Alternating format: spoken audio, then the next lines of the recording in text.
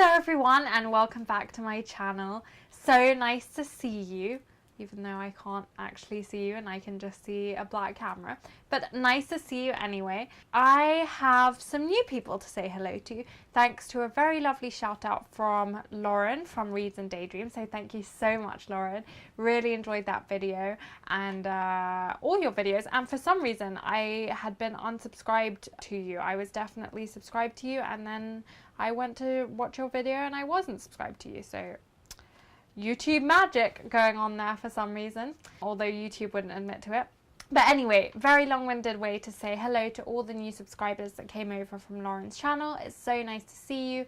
I'm kind of #sorry not sorry that the first video that you probably saw of mine was the one that went up yesterday in Present Vix's World, or today, sorry, this morning in Present Vix's World, which was kind of like a spoof video. If you have not seen that, you should watch it here. I turned my room into a news network and just had a bit of fun, and it's complete with a blooper reel, and who does not love blooper reels? So if you haven't seen that, you can watch it here.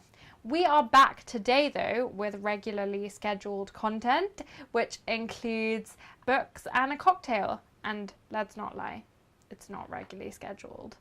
I like put up a video every 2 weeks. It's really not regularly scheduled, but I'm working on that today. I made a big list of what's coming up soon and I'm excited.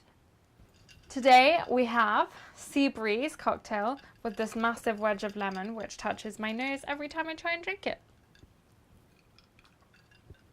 Exhibit A, lemon touching nose. We are today going to be talking about some recent reads. I have realised, and I know that I've done a few recent reads videos now. Oh my gosh, the itchy nose illness is back.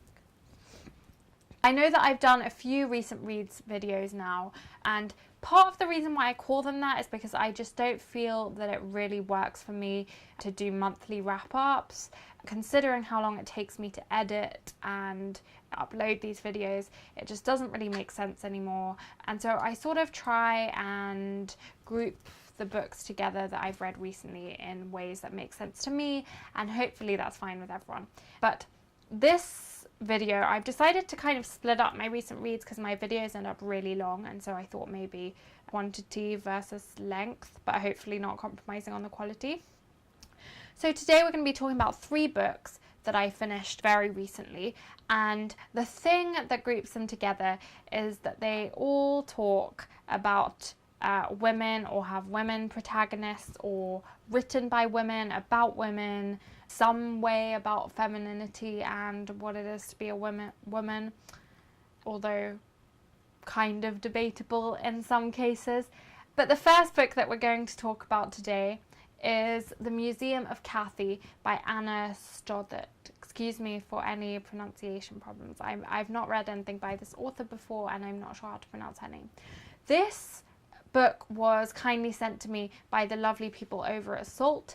I have to say that it is beautifully published, as anything is by Salt. They're a small independent publishing house, and if you haven't had a look on their website, I will link it down in the description. And they have a really huge variety of titles, some short story collections, some novels, lots of things. So if you want to take a gander there, that would be great. Although obviously #not spawn, I will always be honest with you if I'm lucky enough to get a sponsorship from anyone ever.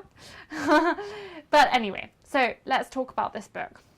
So The Museum of Cathy explores, well, our protagonist Cathy in modern day, working in a natural history museum in Berlin. And she's one of those people who collects a lot of odd objects and sort of trinkets, I guess, from her life as ways of remembering periods of her life, and also just because that's what she does. She likes to commemorate periods of her life using objects and attribute a lot of significance to a lot of objects. I guess mean people would call that hoarding, but I didn't really get that sensation when I was reading this book. I know what that's like. I have a lot of what I call memory boxes, which I don't consider hoarders boxes. They're just little bits of life that have meant something to me, positive or negative, at any point. So our protagonist, Cathy, collects all these trinkets and works in this museum. And she comes from a self-professed feral childhood, has been through quite a lot in life, although at the beginning of the novel we're not aware of any of this.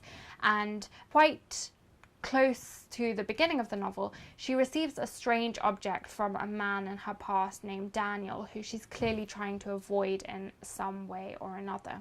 And receiving this object kind of sets off an internal crisis, I guess I would call it. I would go so far as calling it an internal crisis about avoiding this man and the reasons that she has to avoid this man and the lengths she'll go to avoid this man. What role did this man hold in her life? What does that mean about her childhood and the adult that she has become?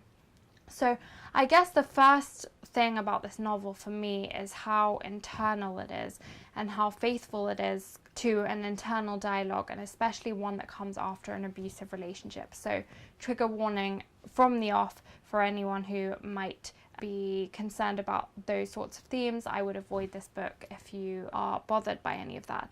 But it's about recovery from an abusive relationship, it's about trauma, it's about memory and the tricks that memory can play on you, and the act of kind of remembering actively by collecting stuff and by curating your memory. The act of curating is obviously a big theme. She works in a natural history museum, which obviously curates all its exhibits in a very careful way, and in the same way she's kind of curating her memories and all of the objects that she has that are associated with those memories, and she's kind of figuring her way through these memories and through the tangled map of her thoughts and her inner workings, and you get to go on that journey as the reader. And so it's kind of, as I said, it's really internal, but it's also kind of a mystery as you try and work out what it is that happened in her past, and the timeline sort of jumps with you to the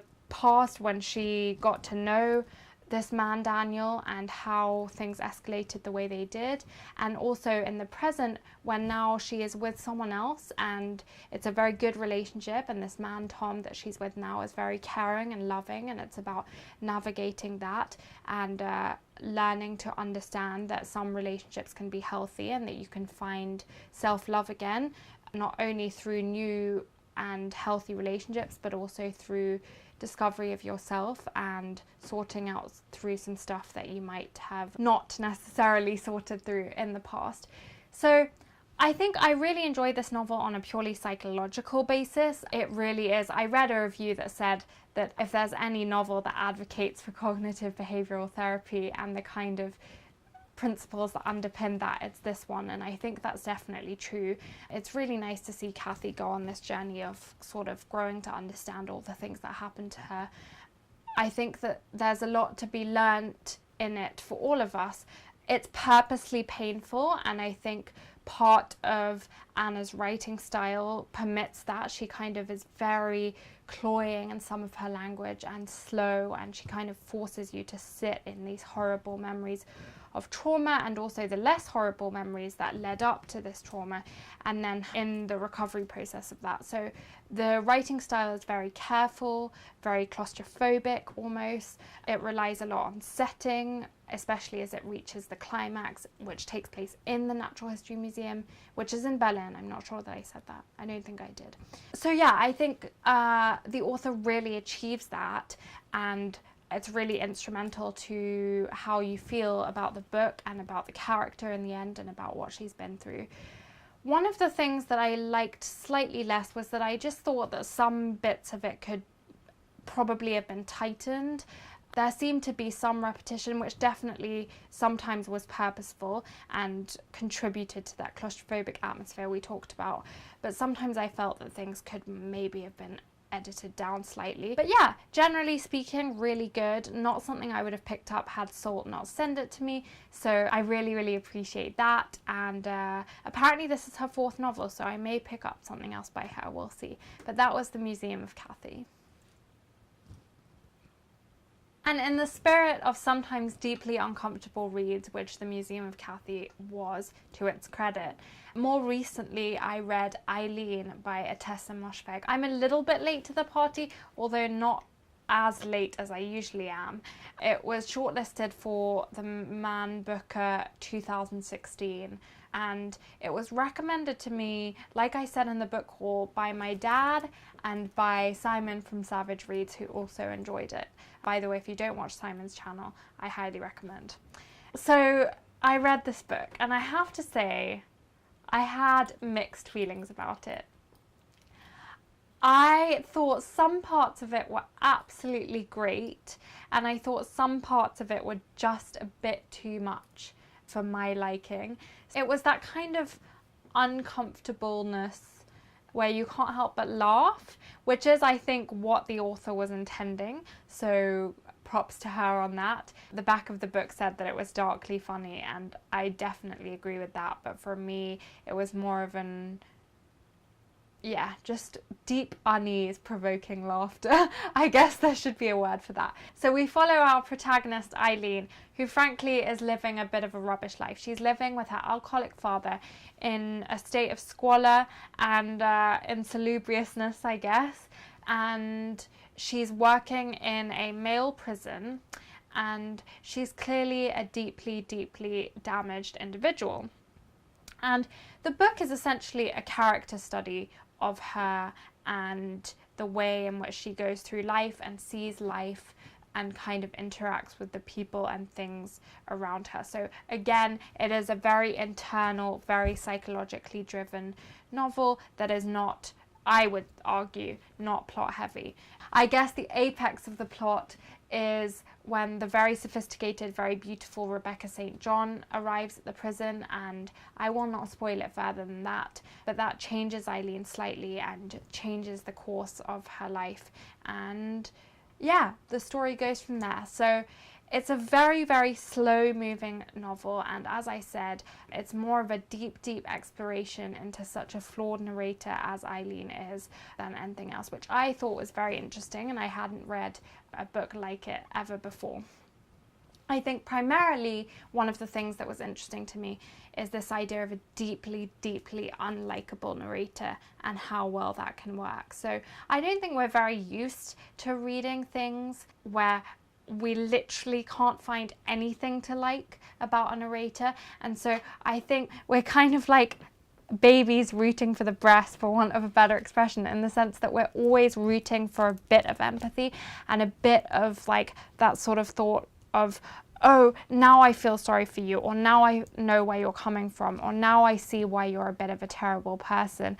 And the great thing in this novel was, for me, I didn't really ever get that. Every time I could sense myself doing that, it's like the story or the narration would drag me out of that and remind me what a terrible, terrible, horrific person Eileen really is. And I thought that from a literary point of view and from an artistic point of view, that's a very interesting thing and not something that I'm very used to in books. That was really exciting and playful to me. So the book is actually narrated by older Eileen, who is looking back on her 20s and on the person that she was during this time of her life, and how the events that happened in the week that the book follows, it's only over a week, changed her as an older person. The beauty of that, I think, is that you're not ever entirely sure if older Eileen ever became any more reliable than younger Eileen was. So you get this very, oh, I was so young and naive then, but you're really not given any reason to believe that older Eileen is necessarily a nicer person than she used to be, or a better adjusted person than she used to be, other than older Eileen telling you that she is over and over again, which I thought was quite interesting. I know that I've read some reviews that seem to think that the inclusion of older Eileen was a bit superfluous, but I disagree. I think it adds to the kind of trickery of the novel, which is playing with our empathy and playing with, you know, sort of convention in that way. So I really enjoyed that aspect of the novel. just to give you an idea of who Eileen is, she clearly has some kind of very flawed relationship with food. So she's very, very obsessed as a young woman with being skinny, and she hates the idea of eating food and having womanly curves. She's obsessed with other people's bodies and her disgust for other people's bodies. And there are lots of very graphic descriptions of her looking at other people's bodies and being disgusted by them. And she's also disgusted by her own body, as I said, and specifically the way that it gets rid of waste. She's very obsessed with that and disgusted by it at the same time, which is kind of an interesting knife's edge to be on. She frequently obsesses with the idea of the icicles that are hanging on the doorframe falling off and killing either her or someone else. She's a very, very dark young girl, and you can sort of understand that from what she comes from, with having her alcoholic father who is paranoid and thinks that there's a mafia in their small New England town out to get him. But like I say, every time you have a bit of empathy, Ottessa Moshfegh manages to pull that away from you slightly, which I thought was very good. The novel kind of lost me at the end, where I guess the Hitchcockian twists that we talked about in the book haul that are professed to happen on the back happen. And I just thought there was a lot of plot condensed in a small space of pages and time at the end of the novel, which I think kind of took away from the rest of it, because I was actually fine with it mostly being a character study, and I just feel like it was a bit rushed at the end. And I also thought that sometimes, like I said at the beginning, it did seem just a little bit gratuitous. There were certain things about Eileen that we heard about over and over again, which I sort of understand as a literary device, but which I thought maybe got a little bit much by the end. But really, I do have a great idea of who Eileen was, and I don't think that I will be forgetting about it anytime soon. Just a little interesting tidbit though before I finish about this book. I was reading interviews of Ottessa Moshfegh because I was kind of intrigued as to the mind of the author from whence such a character came. I read a very interesting Guardian interview, which she's kind of tried to retract since, but which I think you should all read, so I'll put it in the description. She's a short story writer originally, and she basically said that she wrote Eileen because she felt like she knew the formula to write a bestseller a la Gone Girl or all of those other Gillian Flynn-esque mystery dark novels that have been really popular for the past few years. And she felt that she could do that quite easily, and she sort of knew the chemical formula, I guess, to writing them. And so she was going to do it because she wanted to be famous and because she thought she deserved recognition as a writer.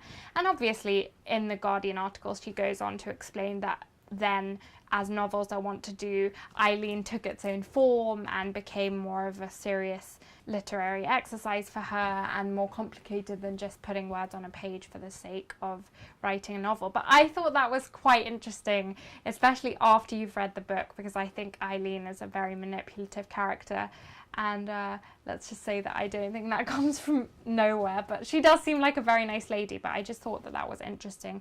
Also, I guess, invites a discussion as to how formulaic novels can be and how you can get away from formula while still sticking to it in certain ways, and how much convention really matters, which is particularly interesting because I finished this month by reading some Ali Smith, who really, really doesn't care about convention. We'll talk about that in a later video, but yeah, I'll put it in the description because I think if you are keen on reading the book, and particularly if you like to be a bit disgusted and laugh when you feel uncomfortable, I think you should. But then you should follow it up by reading that interview and let me know what you think.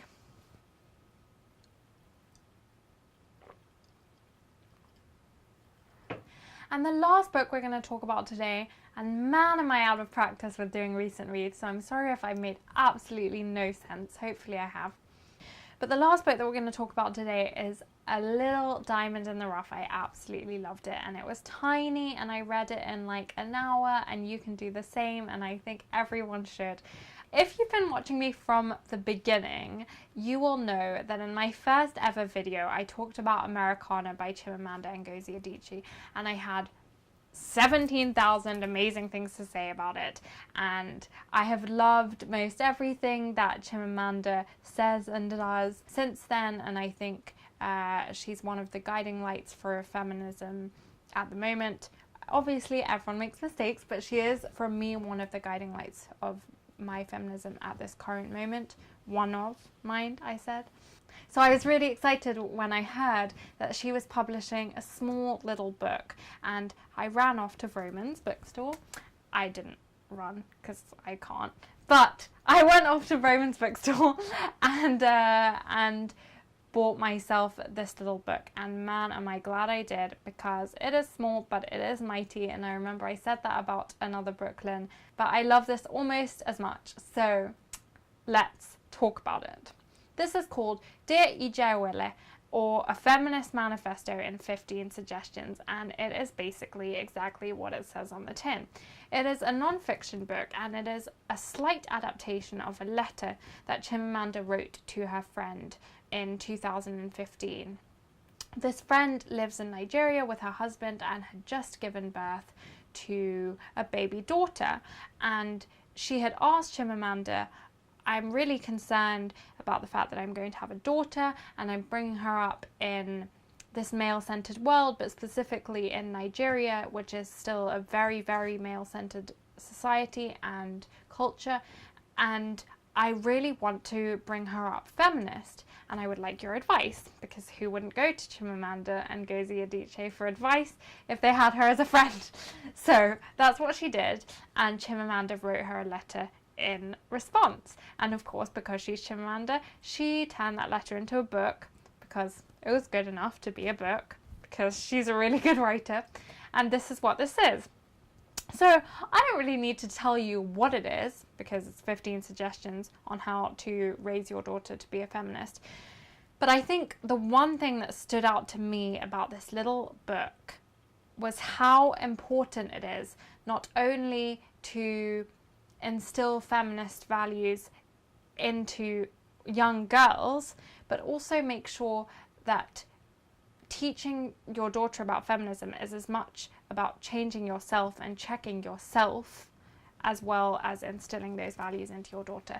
So in this book, Chimamanda strikes the perfect balance between reminding her friend what internal biases she may have when her daughter comes into the world, and also explaining practically how she can change those things and how also she can influence her daughter directly to live in this male-centered world, to fight the patriarchy, because we should all be fighting the patriarchy, and to be the best little feminist that she can. And in that, she encourages her friend to also become a better feminist, because you can't not really when you have a daughter, it's automatic. So as always with Chimamanda, she has excellent one-liners, including but not limited to, the knowledge of cooking does not come pre-installed with a vagina, which I feel that I should get tattooed all over my body.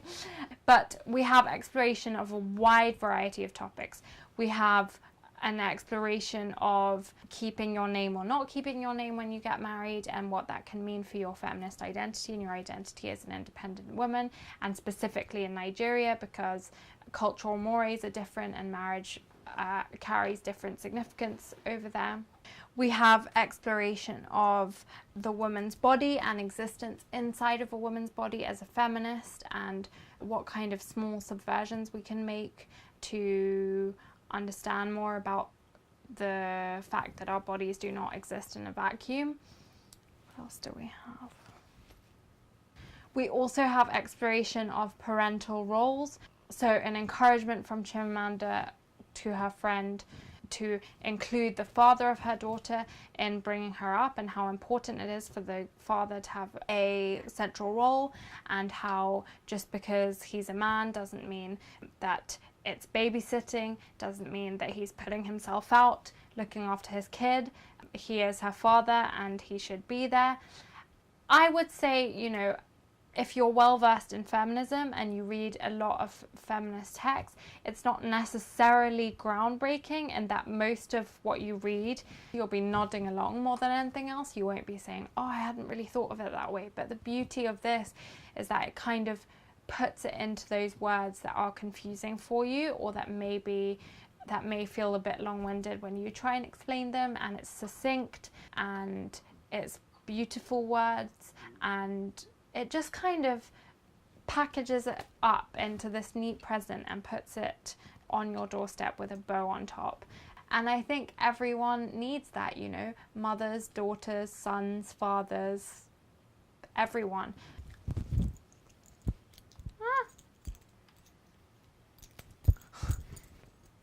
We also have exploration of the importance or not, pro tip, of gender roles. We have a really interesting discussion. This was probably my favorite suggestion, which is teach her to reject likability. And within that, a discussion of likability as a woman and the obsession with a woman being likable beyond all things. It doesn't matter if she's the most successful, most intelligent, most independent woman. If she's not likable, she's basically screwed. And if the 2016 presidential election taught us one thing, it is that this is true. And yeah, it was just nice and refreshing to see Chimamanda just nail that and hit the nail on the head and just put it all out where it's supposed to be. So I kind of wish, I was thinking about it as I was reading, and I just wish that I had had this to read when I was 12, 13, 14, 15 years old. In fact, depending on what's come out in the interim, I think I will read this to my daughter every single year of her life, because I really think that it manages to not beat around the bush, not waffle, and just bring up some things that are really important to remember, and also really important to remember for ourselves, even those of us who consider ourselves, you know, feminists or radical feminists, and aware of this type of stuff and think that we have our head screwed on. It's always nice to just have that put in front of you as a stark reminder. So take 2 hours out of your day and read it, and then pass it on to other women and girls in your life, and definitely other men too, who really need to read about some of this stuff and not be able to put down everything we say and the importance of the stuff we say about feminism to millennial drivel or modern liberal garbage, because it's not. It's our lived experience and it's our lives, and it will be those of our daughters too, and men are a part of that. So read it and let me know what you thought, and let me know what your favourite suggestion was. And I look forward to a fruitful discussion in comments, hopefully. That is me done for tonight. I'm going to listen to some more Hagseed by Margaret Atwood on audiobook, which for now we're about an hour and a bit in, and it's absolutely brilliant.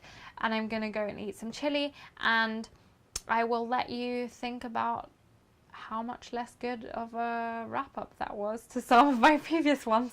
I think it was fine, really. I'm just out of practice. But I hope that if you've not read these 3 books, you might be inspired to. And if you have, then I look forward to being able to talk to you about them. That was a weird pause. I look forward to being able to talk to you about them. And I will see you very soon. Next video, we're going to be talking about 2 plays I read recently and the merit of reading plays. So I'm excited to bring that around the campfire, so to speak. Lots of love to everyone. Be safe, drink cocktails, read books, and I'll see you soon. Bye. The weird 20 seconds where nothing happens and YouTube is weird. Ow, I banged my tooth. I'm so bad at drinking.